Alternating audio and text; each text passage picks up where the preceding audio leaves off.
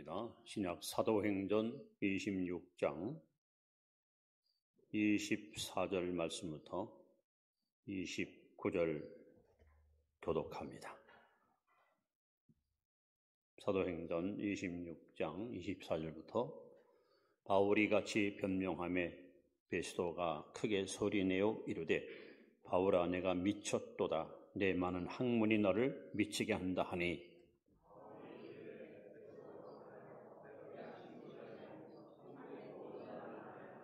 왕께서는 이 일을 아시기로 내가 왕께 담대히 말하노니 이 일에 하나라도 아시지 못함이 없는 줄 믿나이다. 이 일은 한쪽 구석에서 행한 것이 아니니이다.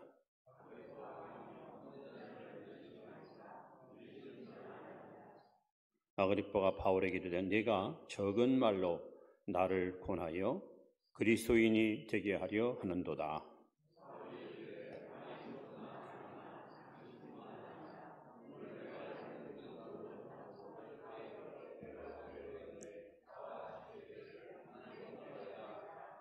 아멘.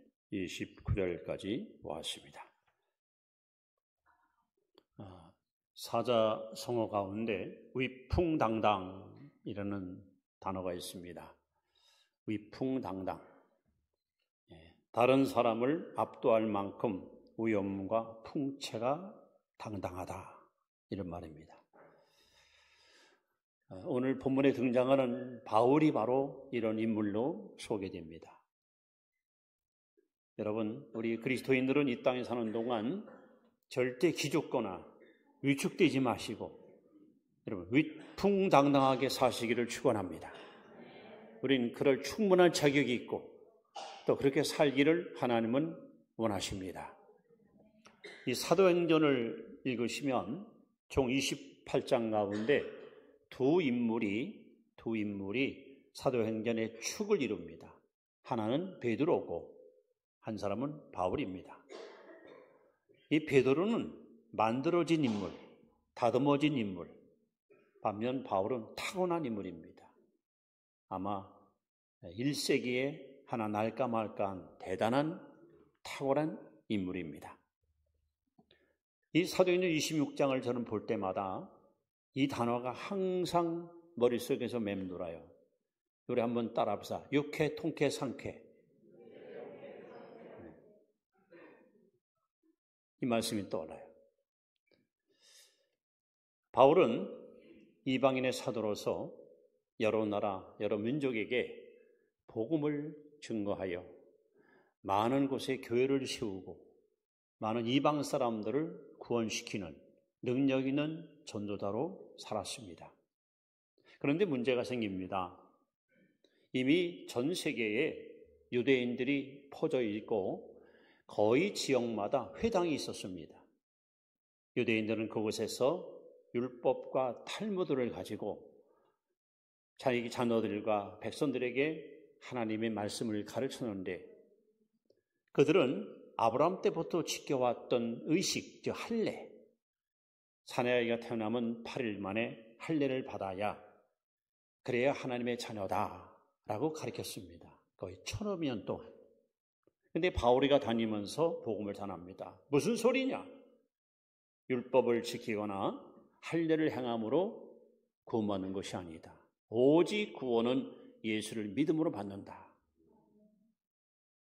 우리를 구원할 유일한 분은 예수밖에 없다. 그래서 많은 이방인들이 그 복음을 또 구원을 받아요. 그래놓고 바울은 교회를 세워놓고 다른 지역으로 이제 전도하러 떠납니다. 그러면 유대인들이 세우는 교회에 흘러들어와서 이방 성도들한테 질문합니다. 야, 너 구원받았어? 받았습니다. 어떻게 받았니? 바울이가 전한 예수 믿고 구원받았습니다. 무슨 소리냐? 우리는 아브라함의 후손이야. 할례 받지 않으면 구원받은 거 아니야?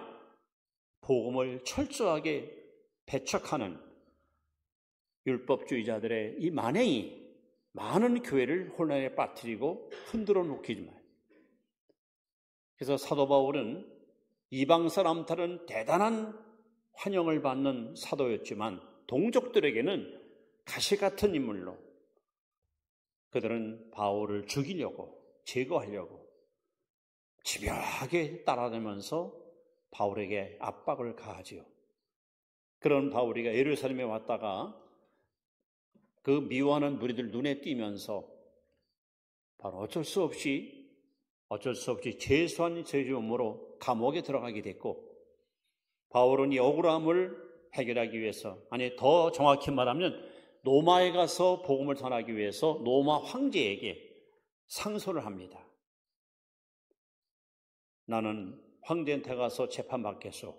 그래서 사도 바울은 이스라엘의 해변 도시인 가이사라에 끌려가서 로마로 가기 위해서 머무는데 장장 2년 동안이나 총독 관저에 있는 감옥에서 죄수아닌 죄수임으로 갇혀 있습니다.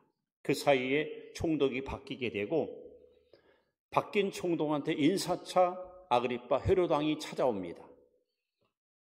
그래서 총독은 아무리 봐도 바울이가 죄가 없어요. 뭐 죄몫이 있어야 황제에게 상소할 텐데, 마침 아그리파 헤로드 왕이 왔길래, 왕이요, 당신은 이 땅에 태어났고 이 나라 풍습이나 종교를 잘 아니까 이 바울이라는 죄수를 내가 불러올 테니 한번 당신이 좀 신문해 보시오.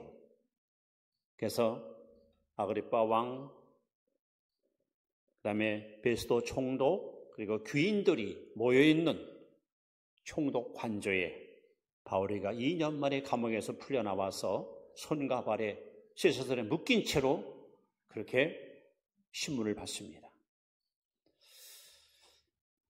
바울은 주저하지 않고 자신이 왜 여기까지 왔는지, 내가 왜 이렇게 억울하게 동족들한테 박해받는지, 그가 예수 믿기 전에는 어떤 인물이었으며 어떻게 예수님을 만나서 변화됐으며 내가 다니면서 많은 사람들한테 무슨 말씀을 전했는지 자신의 지나온 과정을 이렇게 상세하게 간증식으로 설명을 합니다.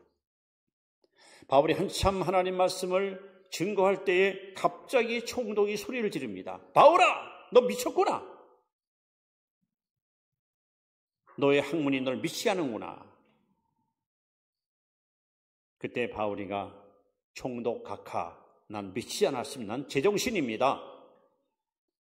아그리파 왕이요, 당신은 이 땅에 태어났기 때문에 이 나라 사정을 아지 않습니까? 예수 십자가 사건과 부활 사건은 꾸며낸 얘기가 아닙니다. 사실 아닙니까? 그랬더니 아그리파가, 야, 너 그 알량한 지식 갖고 나를 예수쟁이 만들려고 하냐? 그때 바울이가 했던 유명한 말입니다. 이게 바로 육회, 통쾌, 상쾌한 말입니다. 총독이요, 왕이시요, 귀인들이시요, 내가 이렇게 묶여있는 것 외에는 당신도 나와 같이 되기를 원합니다. 여러분 생각을 해보세요. 지금 재판 자리에서 죄수가 무릎 꿇고 살려달라고 애고를 하고, 난 죄 없습니다, 억울합니다, 저를 풀어주세요 했으면 살아날 수 있는 기회에도 불구하고 바울은 자신의 구명운동에는 관심이 없습니다. 거기 모여있는 많은 무들한테 어떻게든지 예수님을 전해서 저들도 구원받아 하나님이 전해지기를 원했던 마음. 그래서 오늘 사도 바울은 참 위풍당당하게, 기죽지 않고 쫄지 않고 얼마나 담대하게 총독을 향해서, 왕을 향해서, 거기 모인 귀인을 향해서 내가 이게 묶여있는 것 외에는 당신도 나와 같이 되길 원합니다. 이게 얼마나 여러분 통쾌한지 몰라요. 예수 믿는 사람의 자존심을 오늘 사도 바울이가 세워준 거예요. 저는 성경 66권 가운데서 이 본문 읽을 때마다 가슴이 막 그냥 뜁니다. 야, 멋있다. 이래야지, 이게 예수 믿는 사람의 모습이야. 이렇게 배짱 있게 살아야지. 여러분 기죽지 마시고요, 위축되지 마시고요, 위풍당당하게 신앙의 길을 걸어가시기 바랍니다. 그럼 사도 바울이 지금 죄수의 몸으로 총독과 왕 앞에 잡혀왔는데 어떻게 이렇게 위풍당당하게 당신 나와 같이 되시오 이렇게 말할 수 있을까요? 도대체 뭘 믿고 뭘 근거해서 이제 그 바울의 위풍당한 이유를 여러분 앞에 시간 공개하려고 합니다. 첫 번째 위풍당한 이유는 고린도후서 5장 17절입니다. 같이 읽습니다. 그런즉 누구든지 그리스도 안에 있으면 새로운 피조물이라. 이전 것은 지나갔으니 보라 새 것이 되었도다. 총독이요 왕이시요 귀인들이요 당신 나와 같이 예수 안에서 새로운 피조물이 되기를 원합니다. 이거예요. 새로운 피조물. 로마서 5장에 보시면 아담이 둘이 등장합니다. 첫째 아담, 인류의 시조죠. 둘째 아담, 바로 예수님이시죠. 첫째 아담은 죄를 가져왔습니다. 저주를 가져왔습니다. 절망과 실패와 탄식과 허망과 눈물과 모든 인류의 고통을 가져왔어요. 둘째 아담 예수님은 이 모든 문제, 인류의 죄의 문제, 죽음의 문제, 구원의 문제를 완전히 해결해 줬습니다. 바울은 말합니다. 그런즉 누구든지 그리스도 안에 있으면 새로운 피조물이다. 여러분, 새롭다는 것은 뭐예요?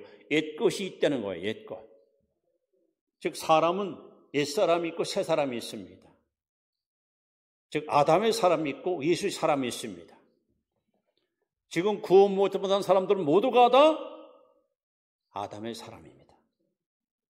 아담의 사람은 누굽니까? 그 사람 속에 죄가 왕노릇하는 사람입니다. 그들은 죄값을 언젠가는 사망에 이를 것이고 그 영혼은 영원한 지옥불을 결코 피할 수가 없습니다. 그래서 많은 사람들이 이 땅에 살고 있지만 성경은 두 종류를 말합니다. 하나는 예수 안에 있는 사람, 하나는 예수 밖에 있는 사람. 여러분 전에는 저도 여러분도 예수 밖에 있었습니다. 저 구원받지 못했습니다. 하나님과 아무 상관이 없는 멸망의 자녀들이었습니다. 그러나 이제는 그리스도 예수 안에서 우리는 새로운 피조물이 되었습니다. 그래서 오늘 사도 바울은 사도행전 26장에 내가 예수 믿기 전에는 나는 옛사람이었다.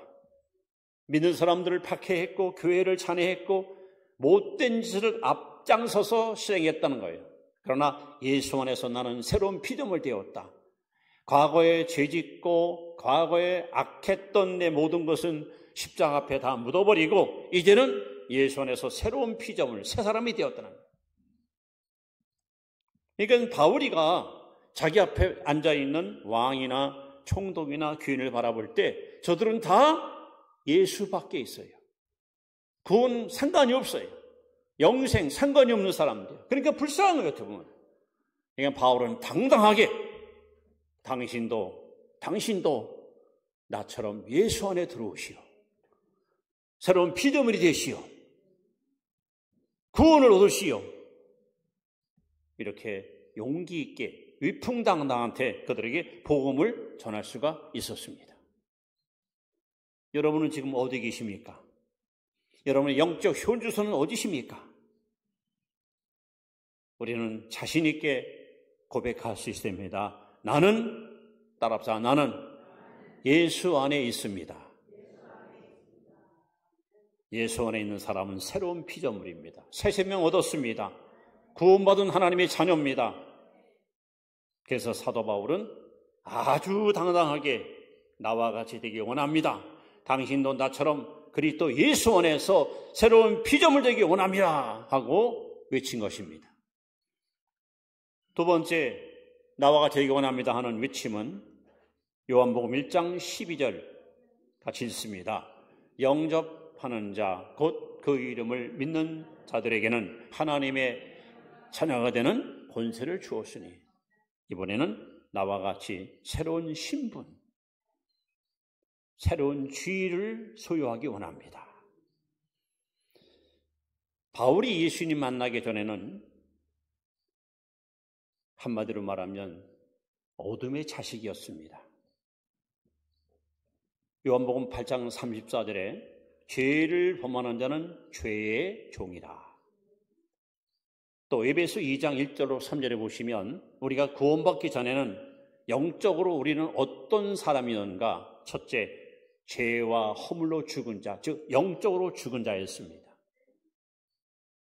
몸은 멀쩡히 살아있지만 영은 죽어 있어요. 둘째, 공중의 권세잡은 원수 마귀를 섬기고 따르는 자, 즉 사탄의 지배를 받았습니다. 셋째, 본질상 하나님 앞에 진노받을, 우리 머리 위에는 하나님의 진노가 이글이글 타오르는 이것이 거듭나기 전 우리의 모습입니다. 그런데 이런 우리가 어떻게 여기 이 자리에 왔습니까? 바울은 에베소 5장 8절에 이렇게 말합니다. 너희가 전에는, 예수 믿기 전에는, 구원받기 전에는 어둠에 있었으나 이제는 주 안에서 빛이라. 우리가 구원받기 전에는 어둠의 자식이었습니다. 흑암 속에 몸으로 살았습니다. 그러나 이제는 주 안에서 빛이라. 그러면서 빛의 자녀답게 살아라. 빛의 열매는 착함과 의로움과 진실함이 있느니라. 여러분들이 구원받았다면, 여러분 빛의 자녀라면 여러분의 삶 속에 증거가 따라옵니다. 그 증거가 세 가지입니다. 착하고 의롭고 진실한 삶을 삽니다. 저는 이 말씀 100% 공감합니다. 제가 착해요. 제가 의로워요. 제가 진실해요. 본래가 그게 아니야. 빛의 자녀가 되면서 이런 은혜를 받고 살아요. 여러분, 결국 성경은 말합니다. 세상에는 두 종류의 사람이 있다. 하나는 어둠의 자식이고 하나는 빛의 자녀입니다. 하나는 마귀의 자손이고 하나는 하나님의 자녀입니다. 여러분은 지금 어디에 속해 있습니까? 지금 바울이가 아그리빠 왕, 그 다음에 베스도 총독, 거기 모인 귀인들을 바라볼 때 그들은 다 어둠의 자식들입니다. 그들은 다 마귀의 지배를 받고 사는 거예요. 그러니까 바울은 그들에게 당당하게 외치는 거예요. 당신도 나와 같이 되기 원합니다. 어수선히 어둠에서 벗어나오시오. 어수선히 마귀의 영역에서 빠져나오시오. 나와 같이 빛의 자녀, 나와 같이 하나님의 자녀로 사십시오 말이에요. 얼마나 위풍당당한 바울의 모습, 여러분 육회 통쾌하지 않습니까? 하나님의 자녀가 얼마나 영광스러운 여러분 주입니까? 전에는 어둠의 자식이었고 죄의 노예였지만 이제는 그리스도 안에서 우리는 하나님의 자녀가 되었습니다. 여러분 옆에 분에게 하나님 자녀된 것을 축하합니다. 감사합니다.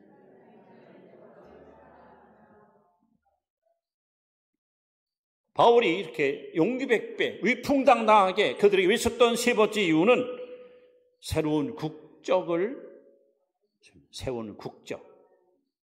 자, 빌립보 3장 20절 말씀을 같이 한번 읽습니다. 시작. 그러나 우리의 시민권은 하늘에 있는지라 거기로부터 구원하는 자 곧 주 예수 그리스도를 기다리노니. 사도 바울은 유대인이지만 태어나면서부터 로마 시민권을 했어요. 시민권. 요즘 말하면 한국인이면서 미국 시민권을 소유한 것처럼. 여러분, 이 당시 시민권을 갖고 있다는 것은 엄청난 여러분 영광이고 특권입니다.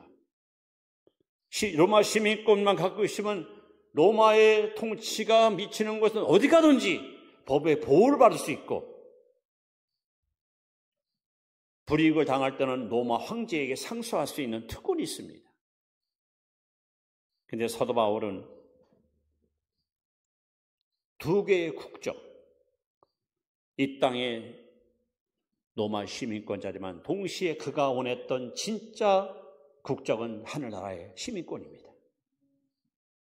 결국 이 땅에는 또 두 종류의 사람이 살아갑니다. 하나는 땅의 나라에다가 인생을 거는 사람과 저 하늘나라에다가 모든 삶을 낚이고 사는 사람이 있습니다. 여러분과 저는 분명히 대한민국 땅에 태어났고 이 땅에 살고 있습니다.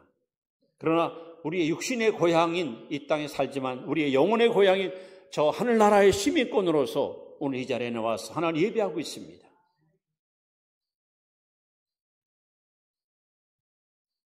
그럼 하늘나라 시민권자에게는 어떤 은총이 주어질까?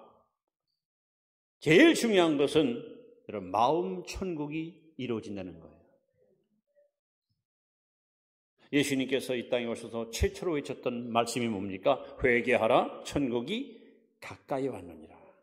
이 말은 하나님의 나라가 손 닿을 곳에 와 있다. 회개하여 죄사함 받고 회개하여 마음은 열고 왕 중의 왕이신 예수님을 나의 구주로 영접하는 순간, 여러분의 마음속에 예수님을 모셔드리는 순간 여러분 속에 하나님의 나라가 이루어집니다. 로마서 14장 17절에 하나님의 나라는 먹는 것과 마시는 것이 아니요 오직 성령 안에서 의와 평강과 희락이라. 내 안에 천국이 이루어졌는지, 내 안에 마음 천국이 형성되는지 확인하는 방법이 있어요. 하늘나라는 의로운 나라입니다. 하늘나라는 평강의 나라입니다. 하늘나라는 기쁨의 나라입니다. 여러분 회개하여 죄사함 받고 내 속에 천국이 들어오면 여러분 속에 하나님의 의가 와요. 이 의가 들어오는 순간 죄가 싫어져요. 내가 과거에 좋아하던 취미생활, 또 기호품, 이 땅에서 참친했던 이런 인간관계 다 멀어져요. 그리고 오직 하나님만 섬기고 싶고, 하나님만 찬양하고 싶고, 하나님만 예배하고 싶고, 하나님 말씀만 가까이 하고 싶고, 이게 생명이 바뀌니까 또 하늘나라는 평강의 나라입니다. 예수님이 요한복음 14장 27절에 평안을 너에게 주노니 곧 나의 평안을 너에게 주노라. 내가 주는 평안은 세상에 주는 것과 다르다. 저는 여러분 마음속에 샬롬, 하나님의 평강이 늘 차고 넘치기를 바랍니다. 이 평안함이 여러분 속에 다 깃들게 되면요, 세상이 아무리 아우성치고 여기저기서 막 별소리를 다 해도요 거기에 휩쓸리지 않아요. 아무도 뺏을 수 없는 평안함이 여러분 마음속에 차지하고 있고, 그 평안함이 여러분을 딱 붙들고 있기 때문에 우리는 어디서든지 감사하고 살 수 있고 찬양하고 살 수 있어요. 뿐만 아니라 하늘나라가 임하면 여러분 속에 기쁨이 샘솟습니다. 죄 사함 받은 기쁨, 구원받은 기쁨, 하나님 함께하는 임마누엘 기쁨, 하나님과 교제하는 기쁨, 동행하는 기쁨, 여러분 이 기쁨이 여러분에게 충만하기를 축원합니다. 이렇게 마음 청결이 이루어진 사람이 여러분 하늘나라에 속해 있는 시민권자입니다. 즉 죽어 천국이 아니라 살아서 내 속에 이미 천국을 내가 맛보고 있고 내 천국을 내가 가지고 있고, 그래서 매일매일 주 안에서 이 천국을 노래하며 사는 사람, 바로 그들이 장차 육신의 장막에 벗어지는 날 저 영광의 나라로 우리가 부름받게 되는 것입니다. 그래서 사도 바울은 자기 앞에 있는 총독 아그리빠 헤롯 왕 그리고 귀인들을 향해서 외칩니다. 당신들은 땅의 시민권만 갖고 있지 하늘의 시민권은 없지 않느냐 이거예요. 아무리 로마 시권을 갖고 있어도 그건 천국 못 간다 이거예요. 당신이 아무리 권력이 있고 힘이 있어도 어떤 권력도 그 힘도 절대 영생을 보장 못한다는 거예요. 그러나 나는 유대인이지만 나면서부터 로마 시권을 갖고 있다. 그러나 동시에 나는 천국의 시민권을 갖고 있다는 거죠. 당신은 죽으면 두렵지만 나는 죽어도 천국에 들림받는 믿음이 있고 확신이 있기 때문에, 그래서 당신도 나와 같이 되기를 원합니다. 이렇게 당당하게 여러분 외치는 겁니다. 또 바울이 이렇게 큰소리 쳤던 또 하나 이유는 바로 새 생명을 얻었기 때문에, 새 생명. 자, 네 번째, 요한일서 5장 12절 말씀을 같이 봅니다. 요한일서 5장 12절. 아들 따라합시다. 아들이 있는 자에게는 생명이 있고 하나님의 아들이 없는 자에게는 생명이 없느니라. 요한일서 5장 12절 말씀입니다. 새로운 생명. 한 번 더 읽어보실게요. 확신을 가지고 읽어보세요. 시작. 아들이 있는 자에게는 생명이 있고 하나님의 아들이 없는 자에게는 생명입니다. 여러분, 예수님은 이 땅에 왜 오셨습니까? 예수님이 이 땅에 오신 이유, 요한복음 10장 10절에 이렇게 말씀합니다. 도적이 오는 것은 도둑질하고 죽이고 멸망시키는 것뿐이요 내가 온 것은 양으로 생명으로 얻되 풍성히 얻게 합니다. 즉 예수님은 생명을 주러 오셨어요. 생명. 여러분, 부모님께 물려받은 생명, 아버지 어머니를 통해서 물려받은 생명, 이 생명 갖고는 구원 못 받습니다. 천국 못 갑니다. 주님이 주시는 새 생명을 받아야 됩니다. 그래서 가장 유명한 하나님 말씀이죠. 하나님이 세상을 이처럼 사랑하사 독생자를 주셨으니 이는 저를 믿는 자마다 멸망치 않고 영생을 얻게 하려 하시며, 영생, 길영 날생자가 길게 산다 그런 뜻이 아니에요. 생명, 죽지 않은 생명. 예수님 말씀에다 나는 부활이요 생명이니, 나는 부활이요 생명이니, 그 생명의 주님을 사람들은 십자가에 죽이고 무덤에다가 여러분 묻어버렸습니다. 그러나 예수님은 생명이기 때문에 무덤을 깨트리고 무덤을 벅차고 살아나셨습니다. 왜 그럴까요? 예수 안에 생명이 사망을 이긴 거예요. 여러분, 우리가 예수 믿으면, 예수님을 마음에 모시면 나에게도 예수님과 똑같은 새 생명이 들어옵니다. 그래서 사도 바울은 고린도서 15장 55절에 이렇게 외칩니다. 사망아, 내가 이긴 것이 어디 있느냐? 사망아, 내 쏘는 거 어디? 저는 이 말씀 볼 때 진짜 또 통쾌한 거야. 아니, 죽음을 보고요 비웃어요. 죽음을 향해서 외쳐요. 사망아, 너 나 이길 수 있어? 내가 나 삼킬 수 있어? 왜? 예수 생명이 바울에도 있어요. 예수 생명이 우리에게도 있어요. 그래서 사도 바울은 자기가 바라볼 때 그 앞에 앉아있는 왕관을 쓴, 그리고 예복을 갖춰 입은 왕이나 총독이나 귀인들을 볼 때 그들은 옛 생명, 부모에게 물려받은 생명은 있지만 새 생명이 없어. 영생 못 얻었어. 저들은 마지막 멸망은 결국 지옥불을 피할 수가 없어. 그러니까 바울이가 이렇게 묶인 고리에는 당신도 나와 같이 되기 원합니다. 나처럼 새 생명 얻으십시오. 나처럼 새 생명을 소유하십시오. 이렇게 바울은 위풍당당하게 외친 겁니다. 그렇다면 이 땅에는 역시 두 종류의 사람이 있습니다. 하나는 옛 생명 갖고 살아가는 사람들, 즉 구원받지 못한 사람들입니다. 여기 계신 여러분, 새 생명 얻은 사람들, 거듭난 자들입니다. 바울은 이렇게 2년 동안 가이사라 감옥에 갇혀 있다가 총독한 죄에 불려가서 이제 재판을 받는데, 나는 죄가 없습니다. 아시다시피 난 죄인직이 없습니다. 나를 풀어주시오. 이럴 줄 알았어. 지금 여러분 상상을 해보세요. 지금 바울은 손과 발이 시사들로 묶여 있습니다. 2년 동안 감옥에 있으니까 얼마나 초췌할 거예요. 그 꼴이 얼마나 여러분 추할 겁니까? 그리고 거기 앉아있는 귀인들은요, 위풍당한 외모로 볼 때는요, 왕관을 쓰고, 멋진 옷을 입고, 아주, 어깨에다 힘주고, 그런 초라한 죄술과 감히 왕을 향하여, 총독을 향하여, 당신들 나처럼 되시오. 나와 같이 새로운 피조물 되시오.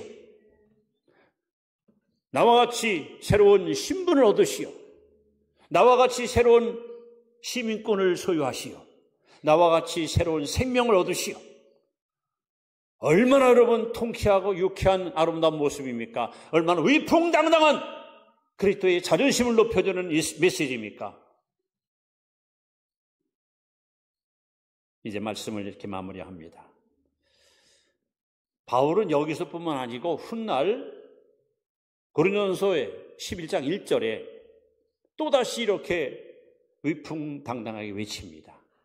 자, 우리 고린도전서 11장 1절 말씀을 제가 소개합니다. 같이 봅니다. 시작. 내가 그리스도를 본받는 자가 된 것 같이 너희도 나를. 자, 오늘 본문에는 왕과 총독 앞에 나와 같이 되기 원합니다 했잖아요. 이번에는 교회를 향해서 바울이가 외칩니다. 내가 예수님을 본받은 것처럼 너희도 나를 본받는 자가 되라. 저는 이 말씀 볼 때마다 굉장히 부담을 느끼면서도 이렇게 살아야 되는데, 여러분 자녀들이나 후배들이나 또 주변 사람들한테 아들아, 딸아, 내가 예수님 닮은 것처럼 너도 나를 닮아봐. 내가 예수님 섬기는 것처럼 나도 섬겨봐. 여러분 그렇게 말할 수 있습니까? 이 얼마나 또 위풍당당합니까? 떳떳하잖아요. 네? 교회를 향해서 바울은 내가 그리스도를 본받은 것 같이, 그들도 그리스도를 본받으려 이게 아니라 나를 본받으라. 나를 본받으라. 얼마나 여러분 멋있어요. 예수 믿는 사람이면 이 정도는 돼야 될 거 아닙니까? 저는 이렇게 마무리를 합니다. 우리나라는 삼면이 바다로 쌓여있는 그런 지형을 갖고 있는 나라입니다. 저는 서해바다, 남해바다, 동해바다 다 물속에 들어가 봤어요. 그리고 바닷물 일부러 먹어봤습니다. 역시 서해바다가 제일 짭니다. 이유는 중국이 14억 원 오줌을 많이 싸가지고 더 짠 것 같습니다. 바다는 3%의 염분이 섞여 있는 물입니다. 바닷물은 어디 가든지 짭니다. 사람이 먹기에는 식수용으로다가는 절대 부적합합니다. 근데 바다에는 수천의 어종이 물고기들이 그 물을 먹고 살아갑니다.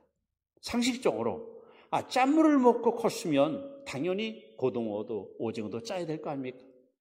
그런데 죽거나 병들 때는 고기가 쩔어서 짜지만 살아있는 물고기는 쩔지 않습니다. 왜 그럴까요? 그 물고기의 생명이 강하기 때문이십니다. 요한일서 5장 4절에 대저 하나님께 의논한 자마다 세상을 이기느니라. 따라합시다. 세상을 이기면 이것이니 우리의 믿음이니라. 여기 하나님께 나타난 것을 거듭났다는 거예요. 즉 우리가 거듭나는 순간 하나님의 생명이 우리에 들어와요.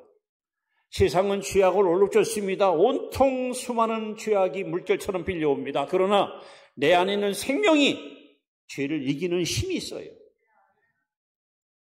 물고기가 여러분 바닷물 속에 살지만 쩔지 않아요. 짠물을 먹어도 여러분 쩔지 않아요. 그만큼 생명의 힘이 강화되는 거예요. 우리가 여러분 우리 안에 예수님 모시고 이렇게 새로운 피조물, 또 새로운 신분, 또 새로운 국적, 또 새로운 생명을 얻게 되면 죄악만의 세상에 살지만 우리는 죄악에 절대 끌려가거나 죄악에 여러분 쩔지 않습니다. 왜? 내 안에 있는 하나님의 생명이 더 강하기 때문에. 그래서 성경은 말합니다.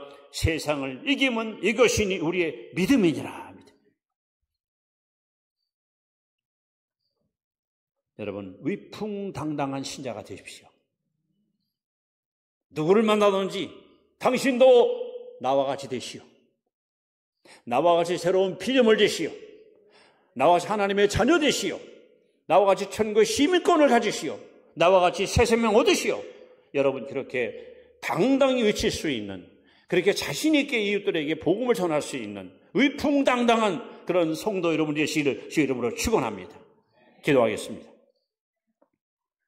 오늘 주신 말씀을 붙들고